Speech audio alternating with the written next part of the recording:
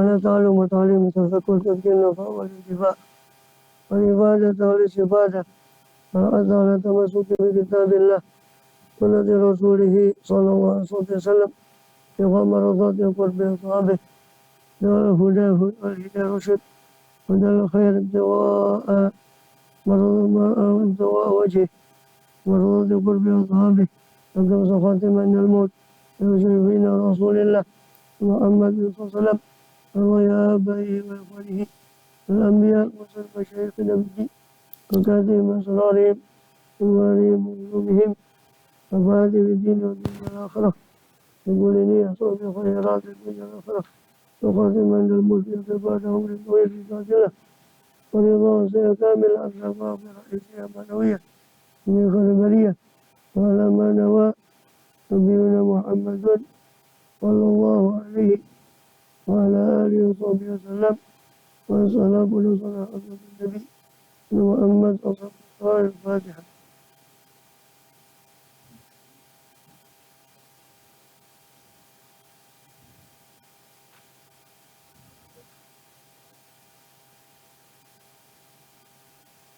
بسم الله الرحمن الرحيم.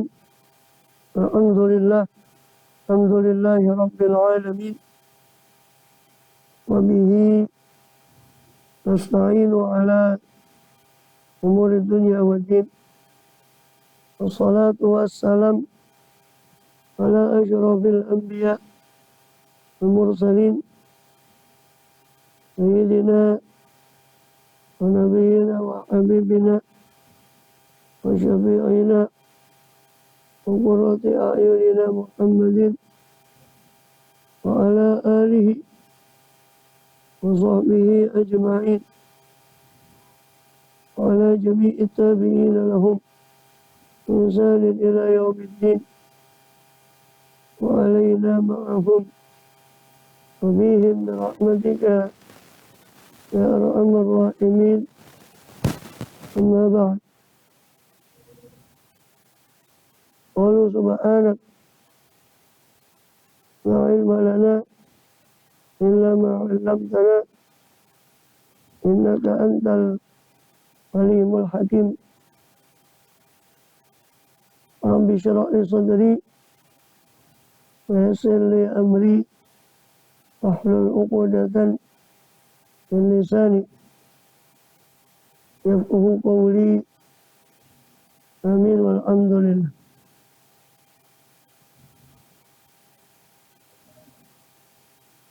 Alhamdulillah Allah SWT masih berkenan melimpahkan nikmat karunia-Nya pada kita semua, khusus nikmatul iman Islam, sehat walafiat, sehingga dengan itu kita masih diizinkan oleh Allah SWT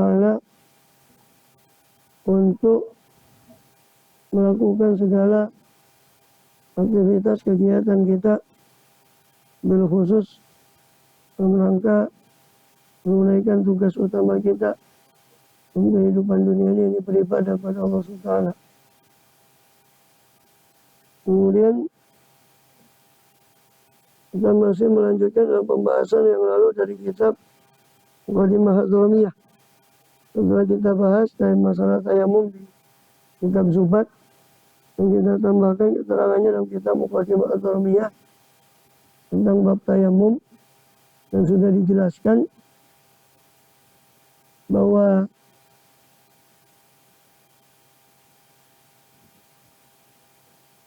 wajib atau bertayamum orang berhadas dan orang junub karena faqdul ma' wal bard.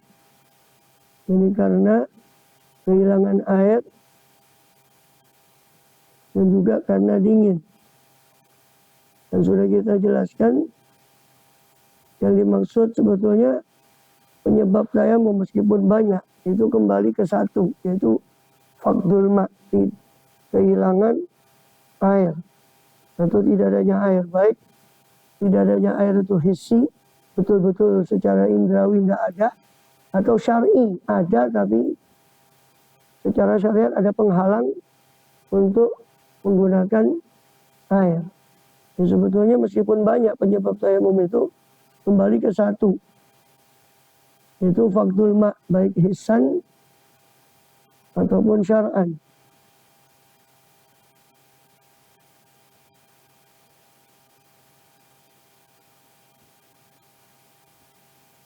Ya. Sehingga karena takbirul manhaj, oleh karena itu takbirnya di kitab manhajul tulab itu ditakbirkan al-ajzu an isti'malil ma'i hissan au syar'an. Ini tidak mampunya seorang untuk memakai air baik secara hissi karena memang tidak ada, secara indrawi airnya betul-betul tidak ada, atau secara syar'i airnya ada tapi memang syariat mengakui orang itu ada halangan untuk memakai air.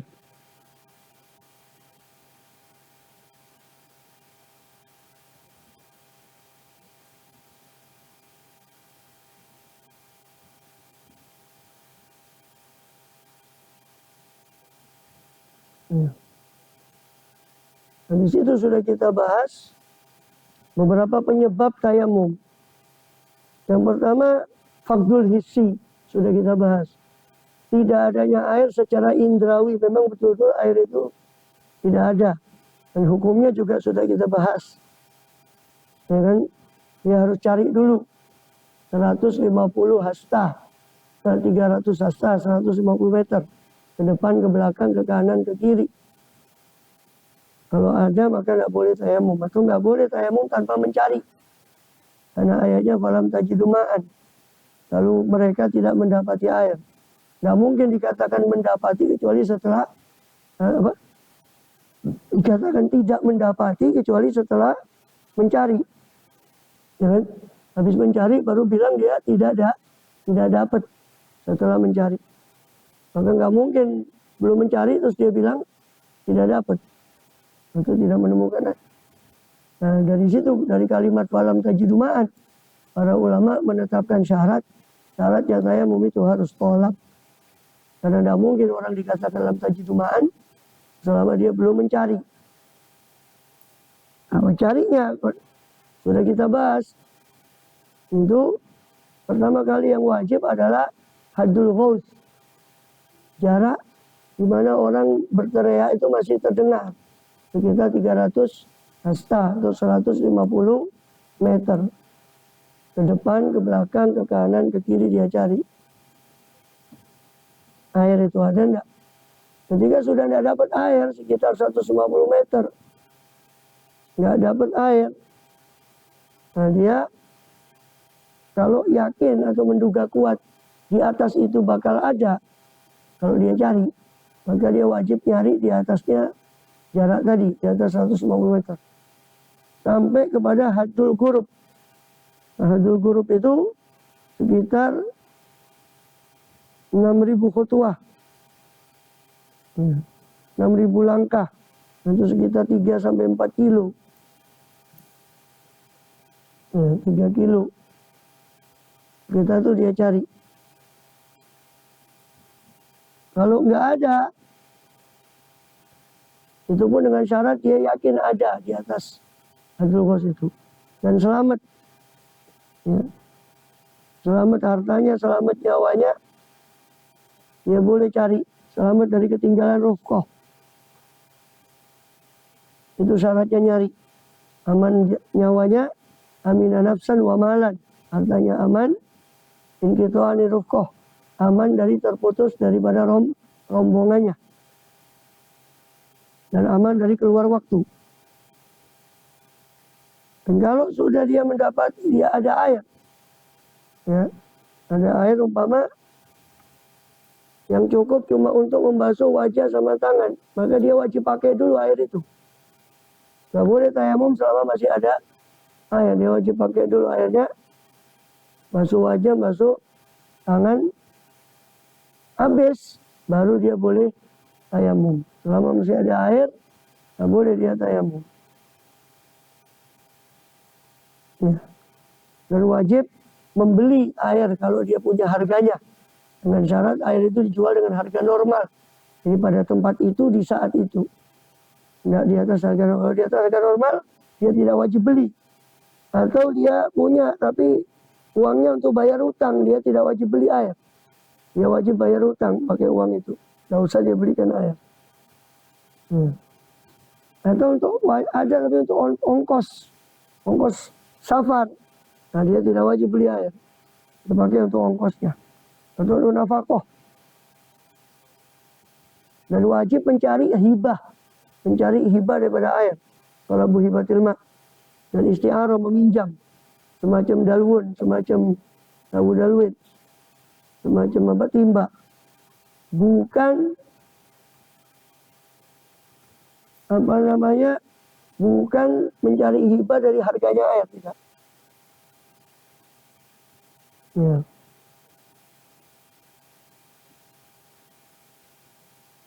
Walau kana ma'un yatajul action.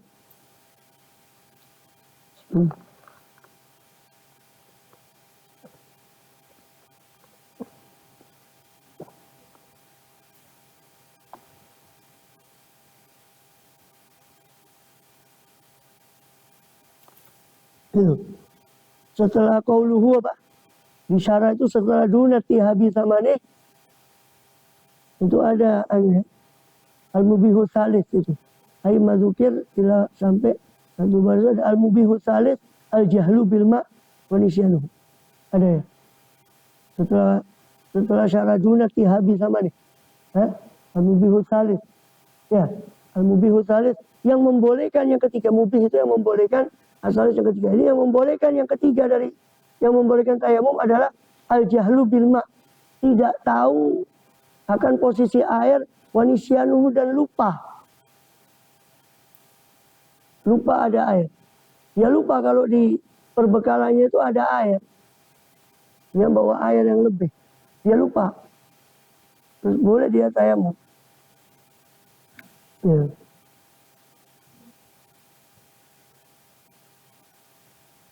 Tapi kalau dia ingat nanti dia ulang sholatnya. Ya. Itu mubihu salis yang membolehkan tayamum ketiga. Yang membolehkan yang pertama itu di awal tuh wa in tayakona itu, sebelum wa in tayakona. Ada matakan 7, ada matakan 5. Di awal setelah babu tayamum itu ada qaulu wa in tayakona. Ya.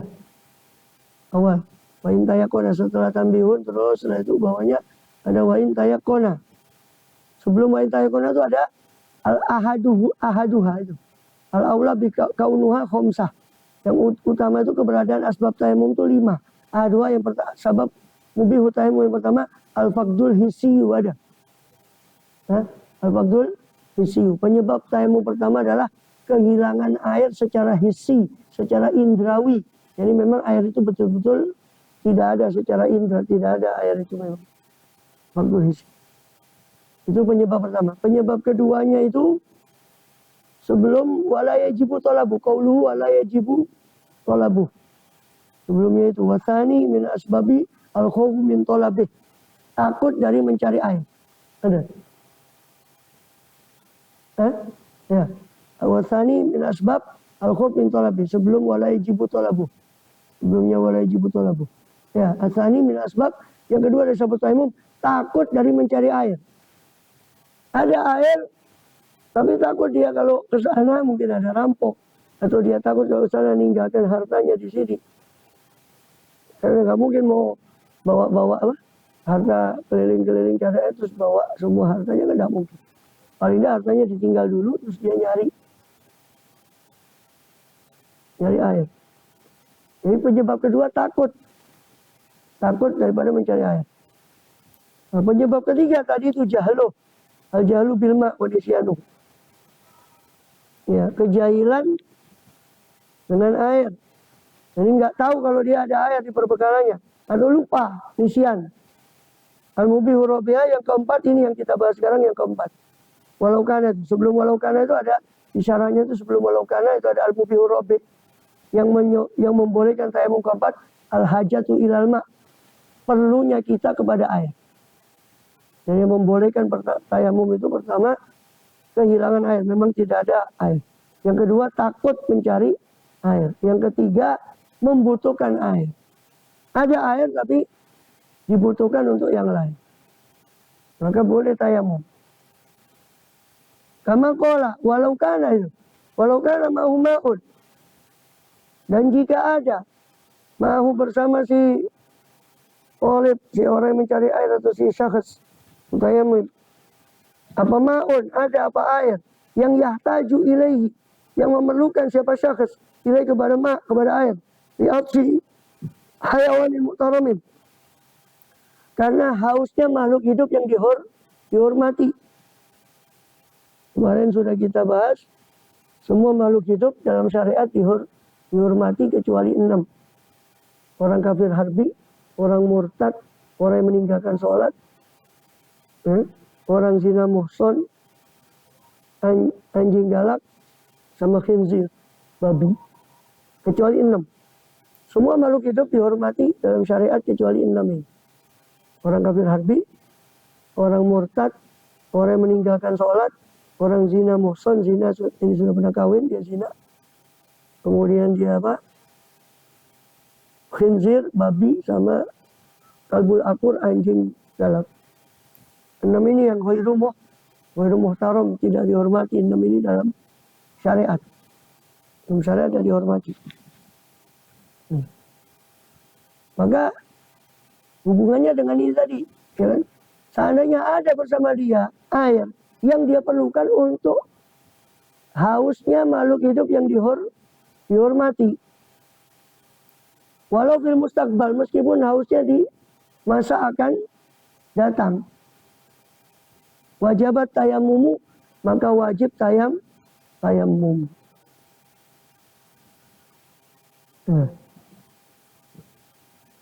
Walau nama ma'ud, meskipun ada itu bersama syakhs apa air yang dia perlukan untuk atas untuk hausnya makhluk hidup yang dihormati, walaupun mustaqbal, meskipun hausnya nanti dia akan di masa akan datang, meskipun bukan sekarang hausnya, nanti dikhawatirkan di tengah perjalanan air itu bakal dibutuhkan untuk haus, maka wajib tayamum, tidak perlu pakai air itu. Air itu digunakan untuk minum, dia wujudnya tayamum, karena dia perlukan air itu.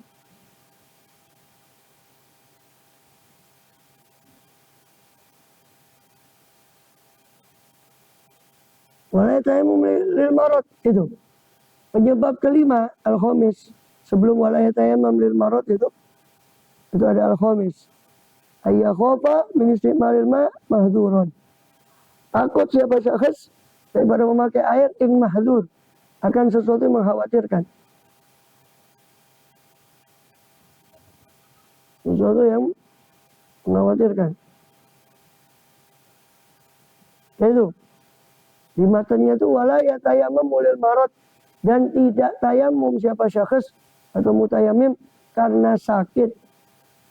Illa idza khafa min istimalil ma ala nafsin, kecuali apabila khawatir si syakhs tadi daripada menggunakan air itu atas nyawa, atau udwin, atau khawatir akan manfaat anggota badan.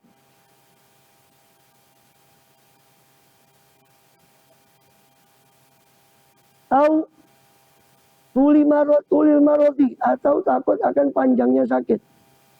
Atau hudusi syainin, atau takut akan terjadinya keburukan.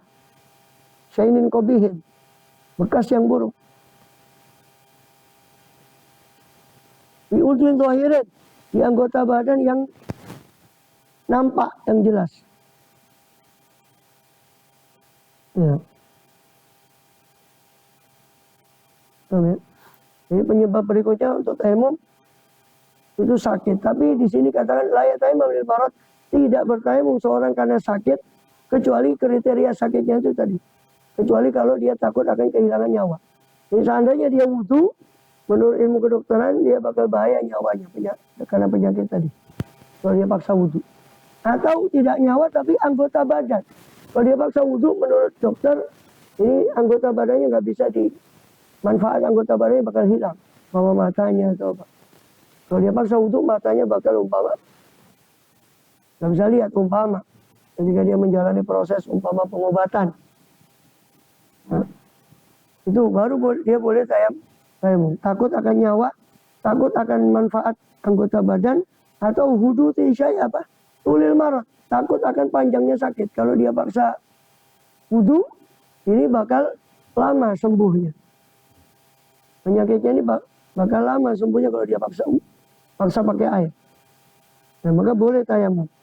Atau bertambah kualitas sakitnya bertambah dengan dia maksa pakai air, bertambah. Atau terjadi syain, terjadi bekas luka. Kalau dia paksa pakai air, bakal terjadi bekas luka di udhun zohir, di anggota badan yang nampak, itu wajah. Seperti yang nampak itu ya wajah, tangan ini kan nampak, leher. Pada laki-laki, ya, itu boleh tayamum di wajah dan anggota dan dua tangan.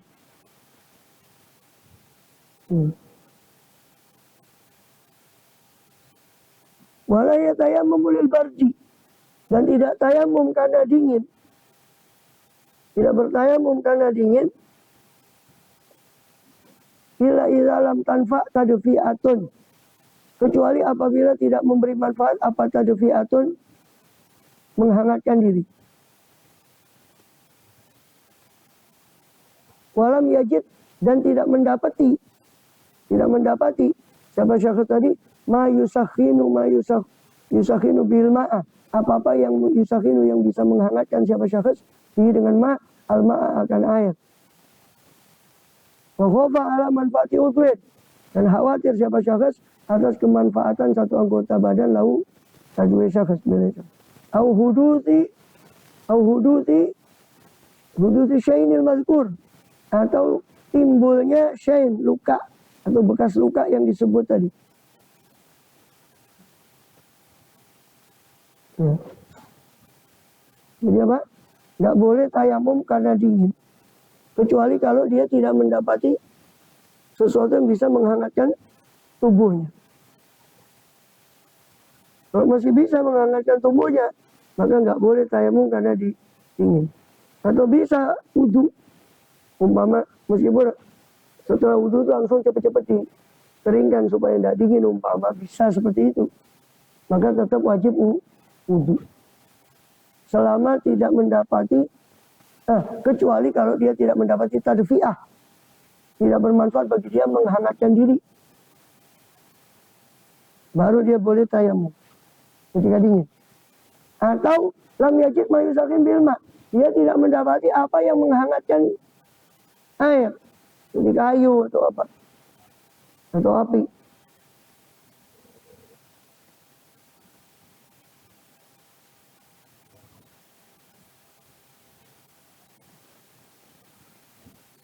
Atau khawatir akan manfaat anggota badan.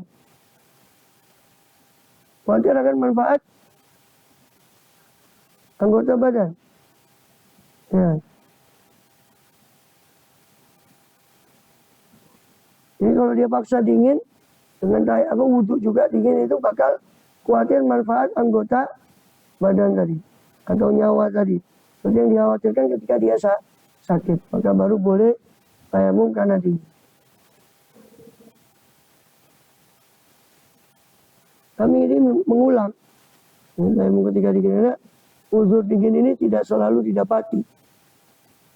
Pembahasan berikutnya itu masalah apa? Masalah jabirah.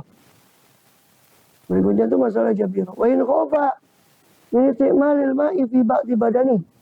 Dan jika takut seorang min isti'malil ma' daripada menggunakan air fi ba'di badani, di sebagian badannya, ghusala sahiha, maka membasuh siapa orang tadi akan anggota badan yang sehat. Wa tayammum anil jari, dan dia bertayamum dari anggota badan yang jari, yang luka, bil wajhi wal yadain, di wajah dan di kedua tangan. Ini tayamumnya tetap seperti biasa. Tayamumnya seperti tayamum biasa, itu wajah dan dua tangan. Wa in kana junuban qaddama ma syaa. Ya. Jadi kalau dia khawatir dari menggunakan air di badannya, di sebagian badannya. Kalau tayamum tadi kan orang sakit yang memang sama sekali mau di anggota manapun dia tidak bisa pakai air, maka tayamum. Lah ini kasusnya di sebagian badan dia nggak bisa pakai air, tapi badan yang lain sehat, jadi ada luka di tangan, yang lainnya sehat, cuma tangannya atau pergelangannya umpama luka, atau kakinya luka, yang lainnya sehat. Nah, maka bagaimana? Itu tadi, bahwa salah sahih, dia tetap dia wudhu, dia basuh anggota wudhu yang sehat. Umpama wajahnya sehat, ya tetap dia wudhu seperti biasa, wajah, tangan. Kalau kakinya yang sakit, maka dia tetap basuh anggota biasa, anggota wudhunya wudhu, muka, tangan, kepala, sampai dia yang sakit berhenti dulu tayamum, dikeringkan dulu wudhunya tadi, dia tayamum. Tayamum ya tetap tayamumnya seperti aturan tayamum biasa, wajah sama tangan. Selesai, dia lanjutkan membasuh anggota yang sehat tadi. Umpama kaki kan tidak semua, umpama di kaki itu cuma sebagian saja yang sakit umpama. Maka yang kaki yang sehat tetap dibasuh, yang sakit jangan dikenakan air. Kaki yang kanan umpama, kaki yang kiri sehat ya tetap dibasuh. Ini caranya begitu. Tetap wudhu biasa sampai di anggota badan yang sakit, maka dia berhenti wudhunya, terus dia tayamum. Setelah itu baru lanjut membasuh anggota badan yang berikutnya, anggota wudhu yang berikutnya. Dan sunnah kalau memungkinkan dibasahi, kalau perban atau apa itu dibasahi, dikasih isyarat saja dengan air di atas. Kalau mungkin, kalau enggak ya enggak apa-apa. Cukup dengan tayamum tadi. Itu kalau wudhu. Ya. Kalau wudhu. Kalau mandi wajib, wa kana junuban. Jika ada siapa syakhs tadi, orang itu junub, qaddama ma syaa. Mendahulukan siapa syakhs tadi, ing ma syaa. Akan apa yang dia mau, yang apa-apa yang mau, yang berkehendak siapa syakhs akan mah. Baik karena muhdisan, jika ada siapa syakhs itu berhadas kecil, tayamama anil jirohati, dia bertayamum daripada luka. Kapan bertayamumnya? Itu tadi, waktu ghuslil alil, waktu membasuh yang sakit, waktu ghuslil alil. Ya.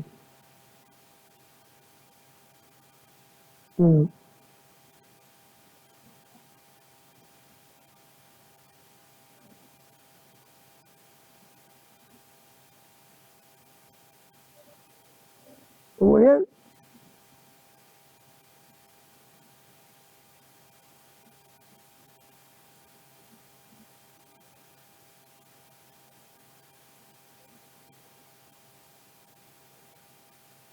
rumah ingkar ali jabiratun itu. Kemudian jika ada itu di atasnya, di atas juruh, di atas luka tadi mana? Di atas jirohah. Apa jabiratun? Atau di atasnya syakhs itu ada jabirah, di atas alil ya. Namun ono iku ing atase alil, di atas anggota badannya sakit, opo jabiratun. Ada apa jabirah? Ya. Saya sudah jelaskan waktu di Zubat itu kemarin, jabirah itu dari kata jaber artinya menambal. Dulu konsep aslinya jabirah di zaman awal itu orang patah tulang atau sebangsanya, ya, maka orang itu dibawa patah di sini. Zaman dulu itu, dan memang menurut teori orang yang hari tulang dari tabib-tabib zaman dulu pun begitu. Tulang itu kalau dia dipaskan posisi aslinya, walaupun umpama patah lepaskan posisi aslinya, asal tidak bergeser, itu 40 hari atau kurang lebih sekitar itu bisa nyambung sendiri tulang itu sebenarnya. Kalau dia masih sehat, kalsium apa masih cukup, dia bisa nyambung sendiri. Yang penting, nah untuk supaya tidak bergeser tulang itu, dulu tuh dikasih semacam apa papan atau semacamnya, kalau sekarang kan gips. Ya. Zaman kedokteran modern, zaman dulu itu kan pakai semacam kayu atau apa, dibebet itu diikat sehingga tujuannya diapit kayu ini supaya tidak geser. Nah itu namanya jabiroh. Dulu itu namanya jabiroh. Penambal. Ya kata jabaro ya jeburu artinya menambal. Menambal. Jabiroh itu semacam itu jabiroh. Ya jabiroh itu ya jabiroh. Itu waya alwahun tuhaya ulil kasri awil inkhila itu. Tujalu ala mahalih. Itu asal makna jabiroh itu alwah, papan yang tuhayau yang disiapkan untuk kasar, untuk patah tulang atau inkhila, copot tulangnya. Tujalu mahalih, dijadikan di tempat patah tulang. Paham ya? Itu asal makna jabiroh itu begitu. Asal makna jabiroh itu seperti itu. Tapi kemudian berkembang, kedokteran itu berkembang setelah itu berikutnya. Dulu kasusnya cuma jabiroh. Setelah itu kasusnya ya disamakan dengan jabiroh. Segala yang bersifat seperti jabiroh itu, yaitu penutup luka atau subangsanya. Perban atau subangsanya itu diperlakukan sama dengan jabiroh. Jadi supaya asal antum tahu saja makna jabiroh itu dulu seperti itu dulu asal maknanya jabiroh. Wal mutlakin al murad guna mutlakus satir itu. Tapi yang dimaksud jabiroh ini adalah mutlaknya satir, penutup. Yasmula nahwal lasuk, supaya mencakup semacam lasuk, tempelan. Semacam tempelan, kalau bahasa mungkin bahasa sekarang plester atau sebangsanya. Ada handiplas atau apa, hansaplas atau apa, tensoplas atau apalah. Itu lasuk, namanya lasuk, tempelan. Ya. Jadi kalau ada di atas anggota badan yang sakit itu jabiroh, tempelan. Ya. Atau sebangsanya. Naza'aha. Dia mencabutnya. Mencabut siapa syakhs tadi ing jabiroh wujuban hale wajib, secara wajib. Jadi, maksudnya apa? Selama masih bisa dicabut setiap kali waktu wudhu. Misalnya masih cabut. Maksudnya dicabut itu untuk supaya dibasuh anggota itu secara sempurna. Anggota yang sakit tadi bisa dibasuh secara sempurna, maka dicabut dulu sementara. Walaupun setelah dibasuh itu dikeringkan lagi terus dipakai lagi. Selama masih bisa begitu, harus dilakukan wujuban, secara wajib dicabut si tempelannya. Kalau masih memungkinkan. Makanya kita bisa sarankan kalau orang yang lagi proses seperti itu, entah penyembuhan atau apa, supaya wudhunya tidak balik-balik, dipepetkan sholatnya. Supaya dia nanti tidak ngulang. Tidak ngulang sholat. Sebab kalau tempelannya itu di anggota tayamum, muka sama tangan, dia nanti meskipun sembuh, dia tetap harus ngulang sholat. Karena sholatnya yang tadi sesucinya tidak sempurna, bersucinya tidak sempurna. Supaya tidak ngulang, itu selama masih mungkin dicabut penutupnya tadi, itu dibuka dulu, baru dibasuh dan sholat. Nah, supaya sholatnya dekat, itu kan dipepetkan umpama zuhur ke asar, maka dipepetkan sholat zuhurnya supaya bersucinya sekalian, satu kali suci untuk zuhur sama asar.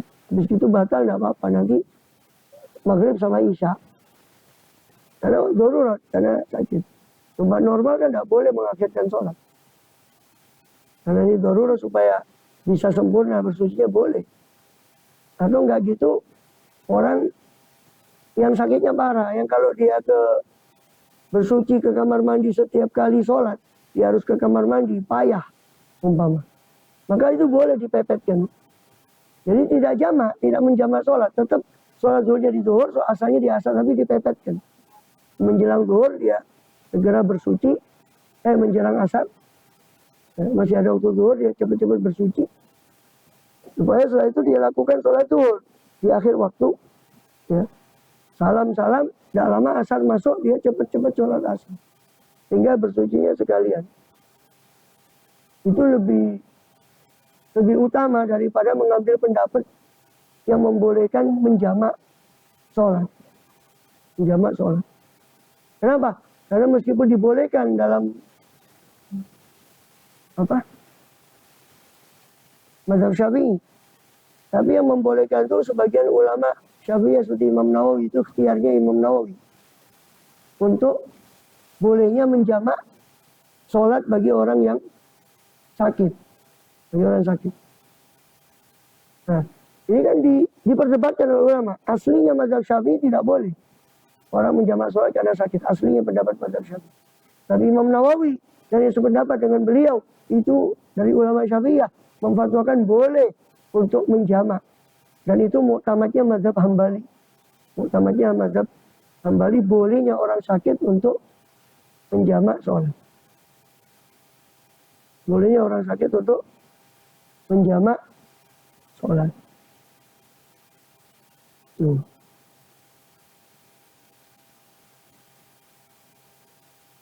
Kemudian bolehnya orang sakit untuk menjamak sholat. Nah, daripada terjebak pada apa? Perdebatan ulama antara yang membolehkan jamak atau tidak membolehkan jamak, lebih baik dipepetkan waktunya sehingga itu, atau ada yang mengistilahkan itu jamak suri. Jamak tapi cuma surahnya seperti surahnya jamak, tapi hakikatnya tidak jamak karena sholat zuhurnya tetap dilakukan di akhir waktu zuhur. Sholat asalnya tetap dilakukan di awal waktu asar. Sehingga masing-masing sholat tetap pada waktunya. Itu lebih afdal. Walaupun kalau mau pakai pendapat yang membolehkan jamak karena sakit juga boleh. Ya, pendapat Batu Syafi'iyah. Jadi kembali ke situ, kalau ada di atas alihi di atas anggota badan sakit ada apa jabiroh, naza'ah wujuban, dia cabut jabirohnya secara wajib kalau bisa, kalau tidak membahayakan. Fa'in khofa, jika dia khawatir, maksudnya kalau khawatir kalau dicabut, kalau dia cabut setiap kali wudhu dia copot dulu, itu khawatir bakal membahayakan bagi dia. Maka gimana? Salah sahih, dia basuh yang sehat saja. Ya, umpama yang sakit umpama yang sakit di anggota pergelangan, di sini umpama, maka dia basuh yang sehat. Dia basuh yang sehat. Kan bisa, masih bisa kan? Yang sehat itu umpama dimiringkan gini, entah gimana caranya, dia basuh yang sehat itu. Ini yang sehat dibasuh, ini yang sehat sedikit dibasuh. Yang ini dibiarkan, jangan dibasuh. Kalau tidak memungkinkan untuk dicabut. Terus bagaimana? Masaha alaiha. Mengusap siapa syakhs tadi?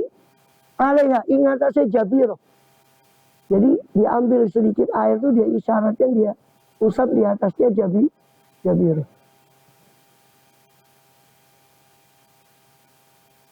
Watayamama amma tahtaha. Sedangkan bertayamum dari yang di bawahnya. Yang di bawahnya kan tidak kebasuh. Itu di cover dengan tayamum. Maka umpama lukanya di tangan, maka dia tetap wudhu yang sehat, wajah tetap dibasuh, terus tangan yang sehat tetap dibasuh.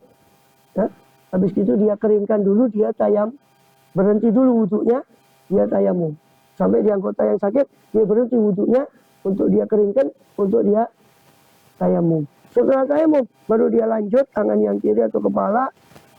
Kalau tadi sudah dibasuh, tangan kanan kirinya, kepala sama kaki. Dia lanjutkan wudhunya.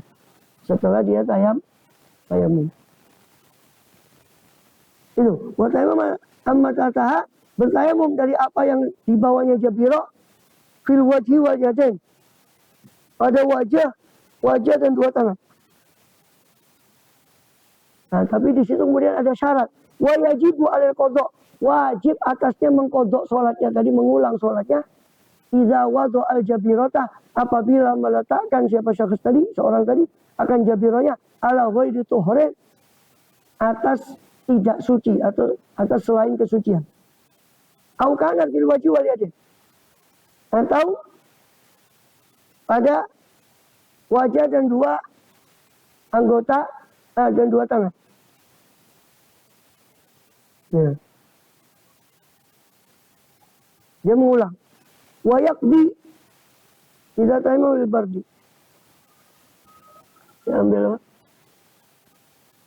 Papannya.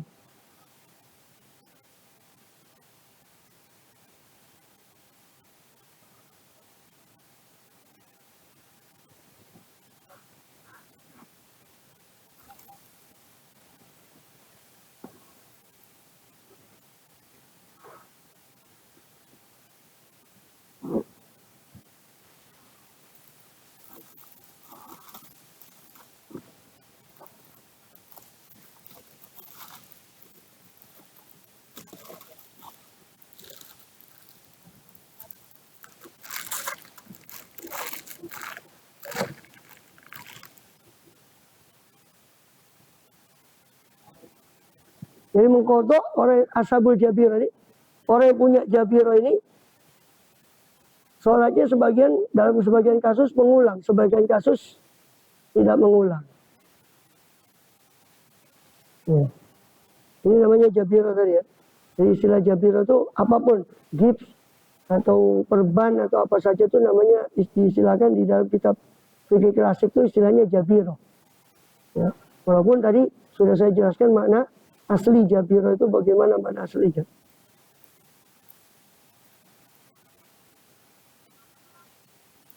Ya. Apa? Jadi jabiro ya, ashabul jabiro ini wudhunya ini.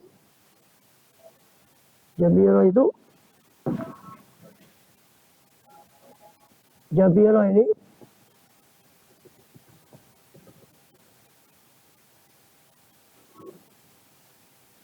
itu kadang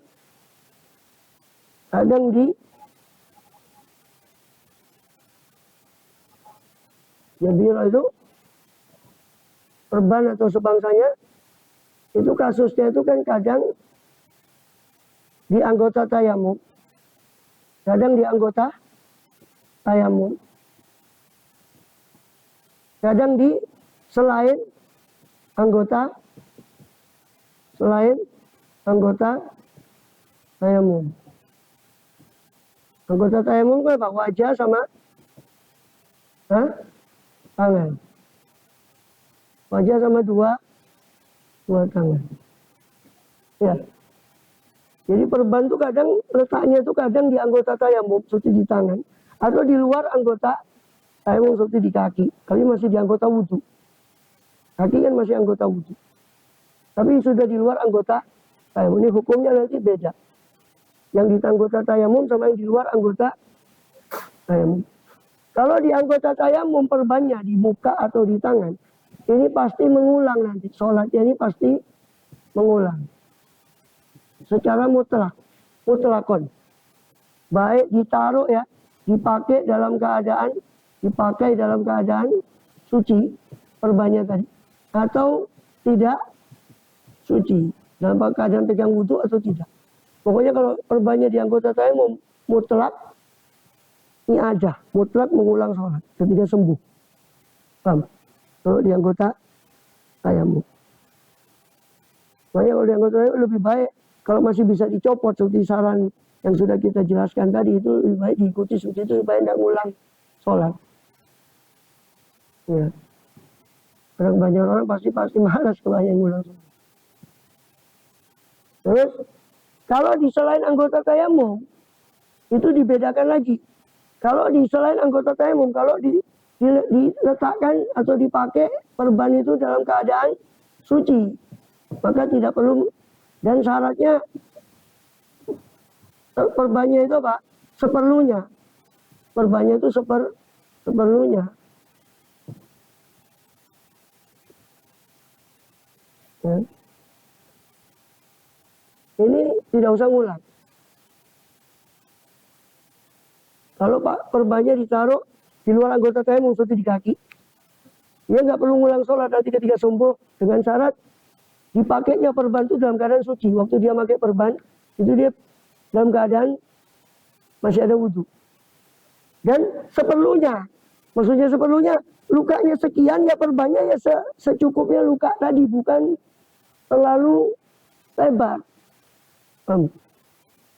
Salah satu syarat ini tidak ada, dia harus ngulang.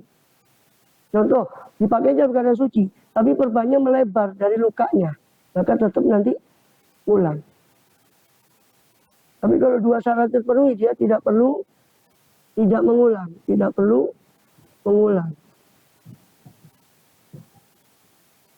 Kedua, selain anggota tayamum tapi dipakainya tidak suci.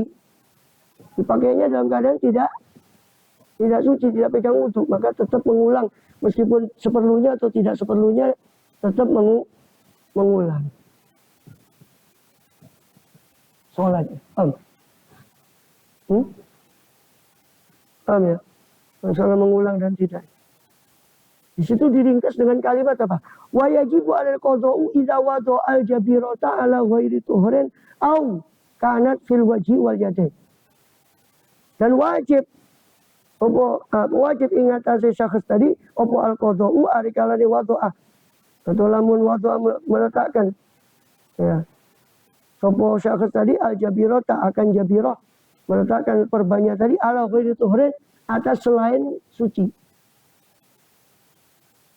Baik besar atau kecil, baik seperlunya atau tidak seperlunya. Perbanyak tetap ngulang kalau diletakkan dalam keadaan tidak suci.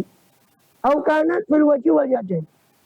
Atau di anggota tayamum maka tetap mengulang di wajah dan tangan. Mau suci mau tidak suci, kalau di wajah sama tangan tetap wajib mengulang mutlak.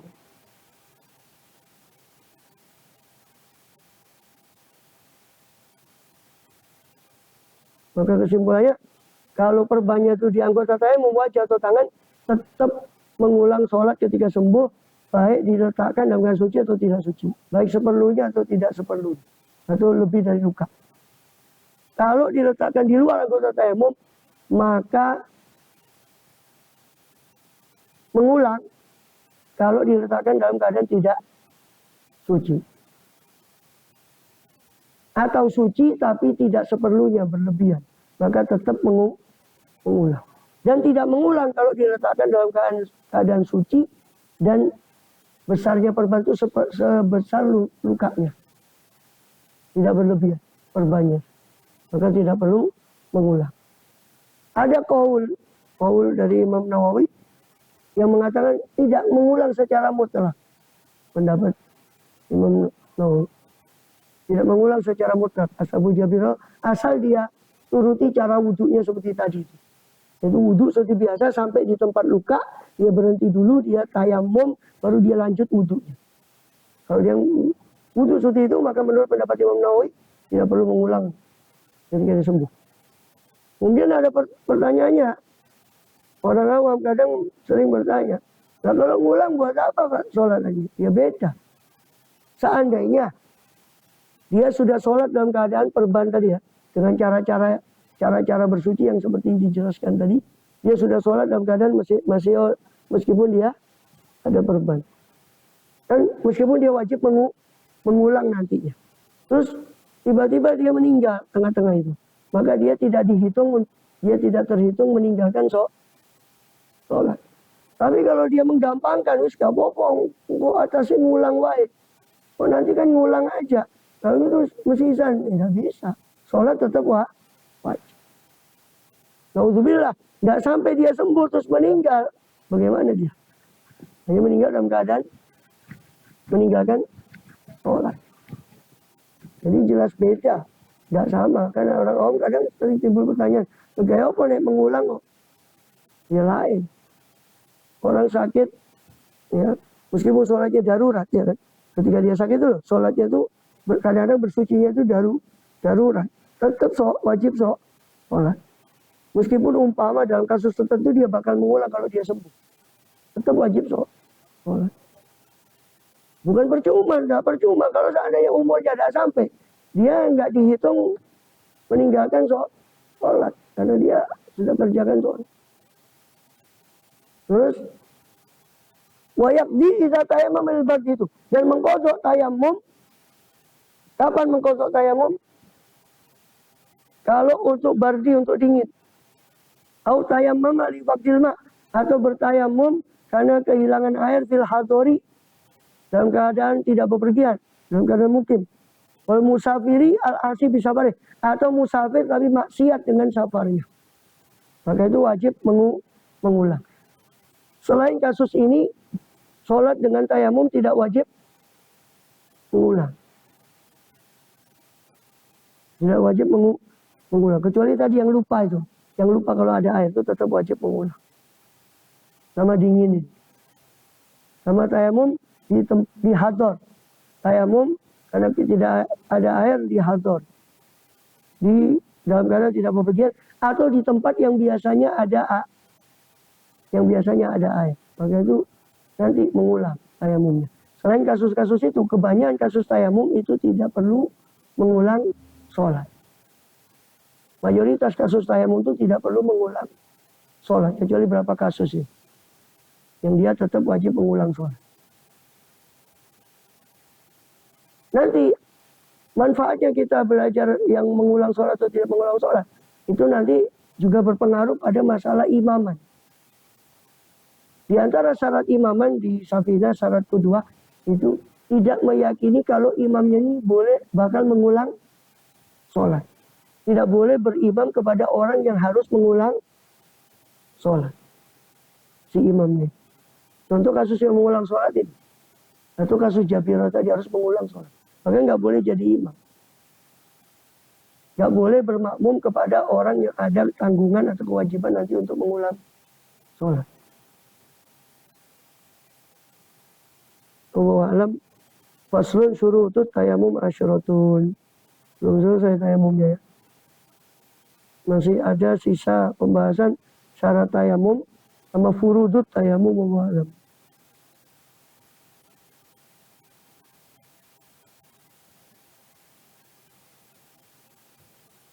Sudah. Sudah Al-Fatihah.